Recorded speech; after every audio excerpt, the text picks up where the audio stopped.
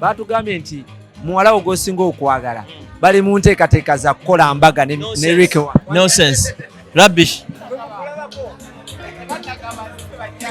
Ono yono.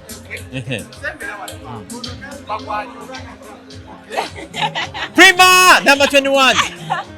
Atono, you know her? You guys were not watching. She spoke about stigma. Yes. I advocate for It was the best. It was the best. You know, you guys, let's get serious. Why we came to support? No matter who wins, it's very important that we cheer these girls up. Put yourself in their chair. You are alone there, nobody's cheering you up. And the mere fact that they picked up forms, that's enough for them to be winners. No matter who is number 1, who is number 2. There is Miss Uganda, Miss what? First runners-up, second runners-up, Miss Personality, Miss Congeniality. Those are all titles. There's so many. And I believe you guys from the boot camp, you've learned many things. I don't. You see? That's it. Parents must always show up to support their children. That's why we are here. Yes.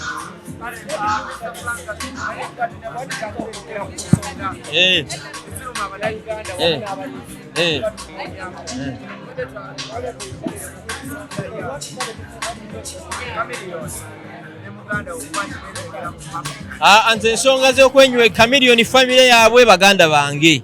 Ekyokwenywegera kyali kikyamu nnyo ne Chameleon yavuddeyo ne apologizinga. Ekyo kimala bwe wali kiddamu tujja basuula mu nnyanja esinga obuwanvu. Ebiki byenwanyisa anti nkivumiridde ate olumaze kibe nengamba Jose Chameleon yavudde ne apologizinga. Kye baakola kive nnyo mu kalicha y'abaddugavu okukisinga mugandawo ng'ate musajja kikyamu nnyo.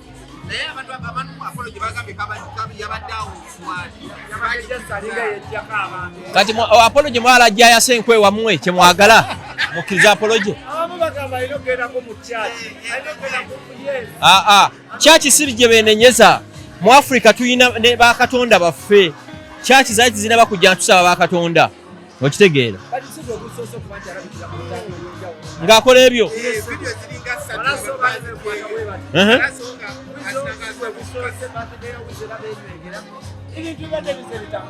Tugenda consulting ancestors baffe batubuulire abaana abo balamu kubanga bye bakola tibikola wano.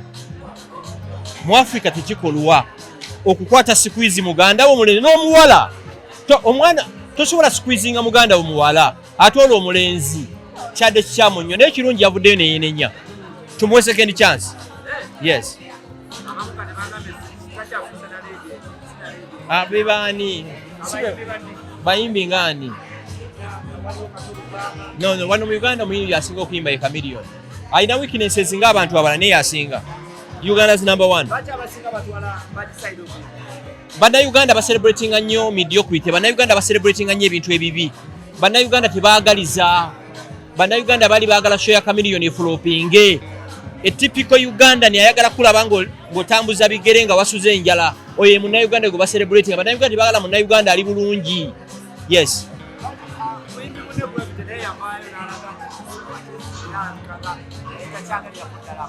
No, to me Gravity is good. Gravity agezezzaako naye tali mu liigi y'abali.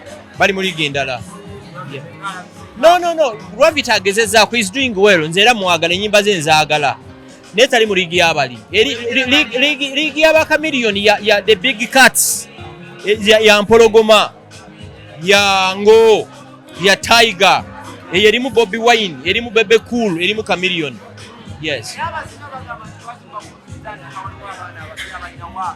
Tewali aba tubasere kati I'll give you an example. Spice Diana nyimbira bulungi okitegeera naye ate tali mu liigi y'aba Juliana, tali mu liigi y'aba Irene na mubiru okitegeera ndowooza. She's a good girl ofena tukaagala. By the way oluyimba lwe luno sirire ejjula nze lwensinga n'okuwuliriza kaakati ne mmotoka lwendi mu kuzannya. Yes.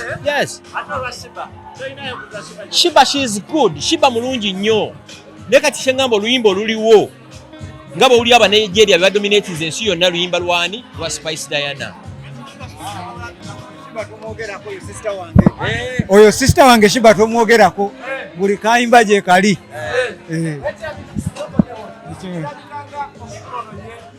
Awagira nnyo Spice goli wa Shiba naye balina olutalo. Buzibu. Kyekugamba mwawule. Emyaka 10 emabega nga waliwo Nokia.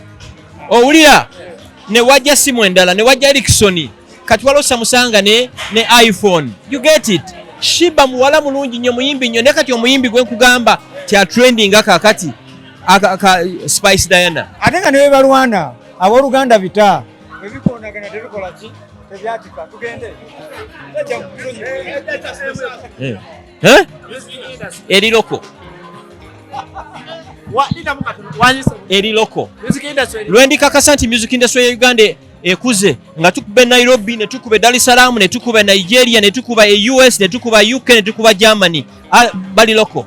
Akasembayo batugambye nti muwalawo gwosinga okwagala bali mu nteekateeka za kukola mbaga ne Rick Ewange. Nonsense. Rubbish.